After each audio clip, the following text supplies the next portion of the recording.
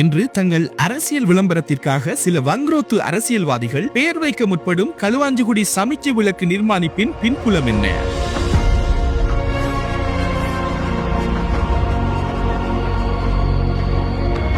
கடந்த ஜூலை 13, 2024 அன்று அப்போதைய நெடுஞ்சாலைகள் மற்றும் வெகுஜன ஊடக அமைச்சர் பந்துல குணவர்த்தன, வீதி அபிவிருத்தி அதிகார சபையின் பணிப்பாளர் நாயகம் சூரிய பண்டார, வீதி அபிவிருத்தி அதிகார சபையின் தலைவர் சமிந்த அத்துலுவகே உள்ளிட்டவர்களை மட்டக்களப்பு மாவட்டத்திற்கு வரவழைத்த கிராமிய வீதிகள் அபிவிருத்தி ராஜாங்க அமைச்சராக மக்கள் பணியாற்றிய சிவனேசுதுறை சந்திரகாந்தன் களுவாஞ்சிகுடி சமிஞ்சை விளக்கு பணிகளுக்கு 18.5 மில்லியன் ரூபாய் நிதியினையும், வீதி அகலப்படுத்துதல், நடைபாதை மற்றும் வடிகால் அமைப்பு போன்ற பணிகளுக்கு 40 மில்லியன் ரூபாய் என மொத்தமாக 58.5 மில்லியன் ரூபாய் நிதி ஒதுக்கீடுகளை மேற்கொண்டிருந்ததுடன்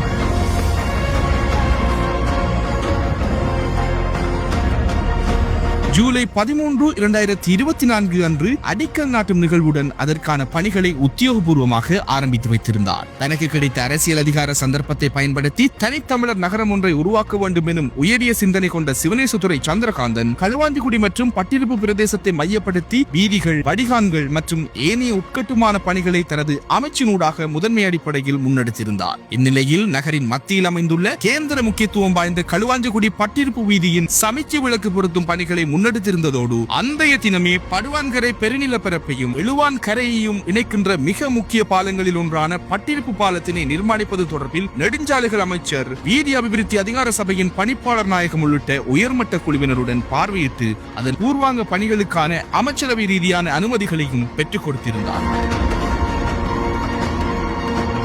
இந்நிலையில் புதிய பாலத்தின் நிர்மாண பணிகளை சுற்றுச்சூழலுக்கு பாதிப்பு ஏற்படாத வகையில் நிர்மாணிப்பது தொடர்பில் சுற்றுச்சூழல் அதிகார சபையின் அறிக்கை பெறப்பட்டு அதன் மேலதிக பூர்வாங்க பணிகள் முன்னெடுக்கப்பட்டு வருகின்றது. சந்திரகாந்தன் எனும் சாமானிய அரசியல் ஆளுமை தன் சமூகத்தை ஆழமாக நேசித்து தூரநோக்கு சிந்தனையுடன் முன்னெடுத்த மக்கள் பணிகள் அவர் அரசியல் அதிகாரத்தில் இல்லாத போதும் மக்களுக்கு கிடைக்கப்பெற்று வருகின்ற நிலையில் அப்பணிகளுக்கு பெயர் வைத்து தங்கள் வங்குரோத்து அரசியலை முன்னெடுக்கும் அவல நிலைக்கு சில அரசியல்வாதிகள் தள்ளப்பட்டுள்ளனர்.